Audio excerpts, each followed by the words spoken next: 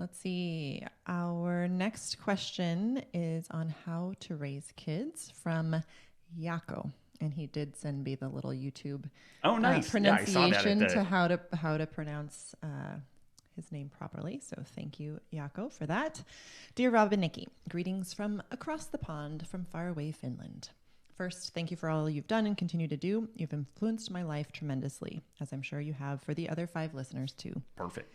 In addition to changing my diet and lifestyle and greatly improving my health in the process, following your lead, I also changed careers from engineering to health and wellness coaching.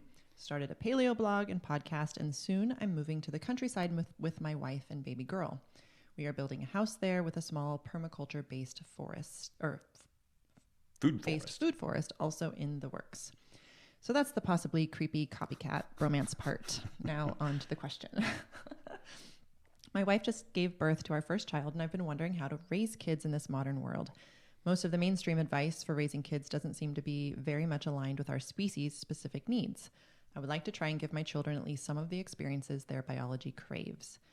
I'm not planning to go all Captain Fantastic on my kids, although that might be the best option. So I turn to the great paleo sensei of Texas Hill Country, Mr. Robert, and the awesome mother of wolves, the sensei-ness, Mrs. Nicoletti. I'm sorry if I misspelled your names. I'm foreign and my English is not so well. You're just perfectly fine, It's far better Yako. than our Finnish, I guarantee yes, that. for sure. I'm reading The Continuum Concept by Jean Liedloff and have looked at some attachment parenting stuff from Sears. Do you have any ideas, tips, or resources you could suggest? How do you tackle this with your kids, if at all?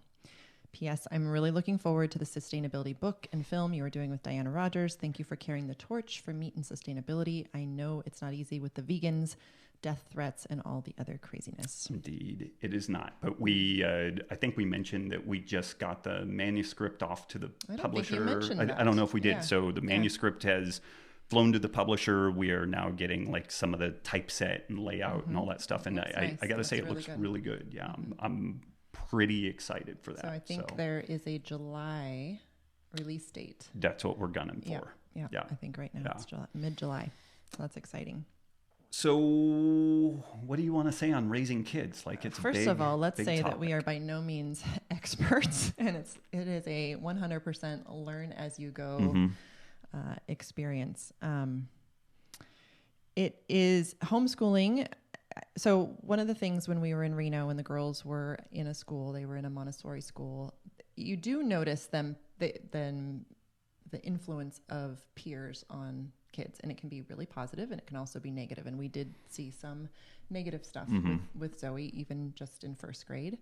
You asked for tips and resources, and in alignment with the Sacred Cow book with you and Diana, I have to say, everybody listening should follow Slow Down Farmstead on Instagram.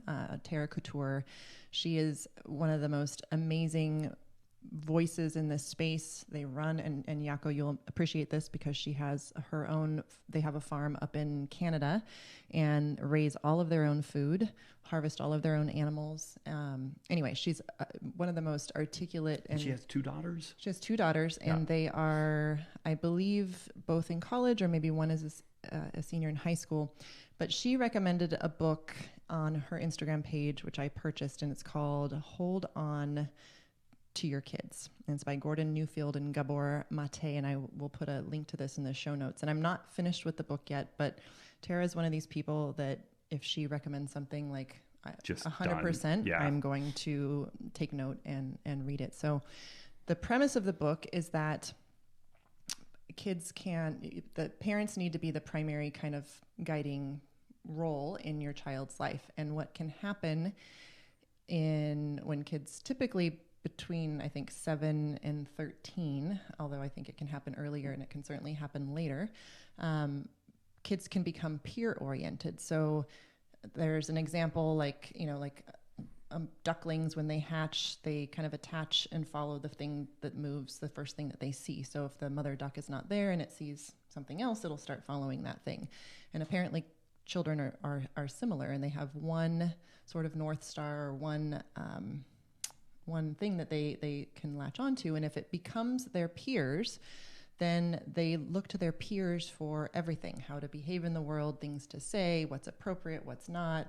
And because they can't keep both their parents and the peers, as two guiding, what am I trying to say? Two guiding influences, then anything that the parents try to say there become lots of arguments, and it's just this really kind of argumentative kind of thing that takes place. And backing up with this, both you and I had been exposed to the idea or the notion that kids are far more influenced by their peers, and that this was a normal process. And this book actually kind of upends that because apparently there was notion. a study in the late 80s or early 90s that basically said that the most important thing in how a kid turns out is the quality of their friends. So like if they have really good peers, really good friend group, then the kids will tend to turn out far better than those who kind of run with the wrong crowd, or however you want to say it. Which I'm sure there is definitly a lot of truth to that, but this book is making the case that we as parents need to be that primary guiding connection. And I'm only a third of the way through the book, so I that's what I've read so far, but it's a great book. So I would definitely recommend that as something to check out. And obviously your daughter is brand new, so it'll be a while before that she's big of a facing factor. Those types of peer interactions. But I think it's a great read. And then we also had in the Healthy Rebellion a gal mention another book that I also purchased and have not finished yet either, but it's called The Whole Brain Child by Daniel Siegel and Tina Payne Bryson. And it's great as well. So those are kind of the two books, in addition to some homeschooling books that are like my kid library right now. When they were little, I know we read books on, it was mostly stuff on like sleep time, the 90-minute sleep solution or something like that. I can't remember the exact title to that. But yeah. And I have a couple of posts and also did a podcast. Like if you look Robb Wolf, Kids Paleo, like you can kind of see how we've progressed with feeding the kids. We don't shoot for perfection, but we do have some standards in there. And let's also talk a little bit about devices, because this is a thing that is just an unavoidable part of modern life, it feels like. So we have tried up to this point to have no device time at all with the kids. And by that, like iPhone, iPod, that kind of thing. And a lot of the public schools I think across the country, but in Texas, also in Nevada, they're moving to Chromebook-based education. So kids are on a screen all day long. We let our kids watch Saturday morning cartoons. We'll do Friday night. Sometimes we'll do movie night as a family. But otherwise, there's not much TV.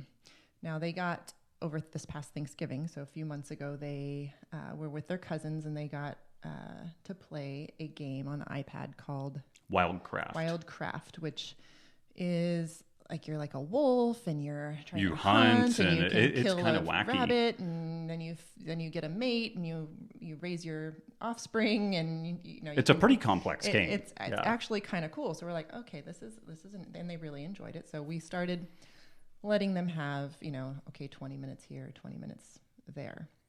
But we notice that it is like even the most seemingly innocuous game is massively addicting. It is massively addicting. It is like cocaine for these kids, which we're trying to use in a way to get some other good behavior out of them. So like we're just trying to, because we homeschool, like we do need kind of some structure and some schedule, particularly because we have to do some work. And so brush teeth, comb hair, clean your room, we do the schooling. You're focused and you're you're not like dragging your heels and being a poopy pants about having to do your cursive writing. Then we've kind of used that as sort of they like the game so much that we're able to use that as a pretty good lever to be like, hey, if you're gonna be poopy pants today about doing math or reading, you're not getting any device time. And they kind of I captain pretty quick on that, which is interesting. But it's still a double-edged sword, and we're still not sure how we feel about it because they are less enjoyable afterwards. They bicker more, they fight more, they're more like snappy and reactionary to us. And so youngest, so I don't know, Jaco. Like that part's tough. This is a tough thing that we're just starting to feel out navigating. We have friends whose kids have, you know, we have friends who do 0 devices and you know, just some TV occasionally, and then we have friends whose kids have their own iPod Touch with their own music that they can listen to and the games that they can play, and this is just it feels like danger. It feels like dangerous territory. Well, and it's funny because the position that we have is one that pretty much is going to make everybody upset to some degree, because the real purists, the fact that they get any screen or device time, then we're screwing up on that. And then there will be other people that are like, let kids be kids, you know, so it's tough, but we just do the best that we can to kind of,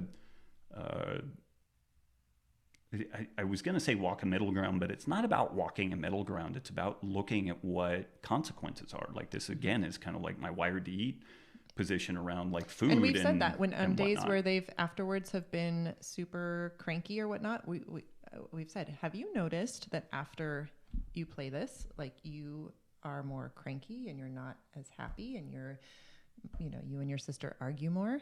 So trying to make them aware of what we're seeing, and then, you know, and if it's over the top, it's like, okay, we're not going to have that for a few days. So I don't know. We're just starting to deal with some of this. So don't by any means have any answers at all in this department, but something to look forward to, Jaco.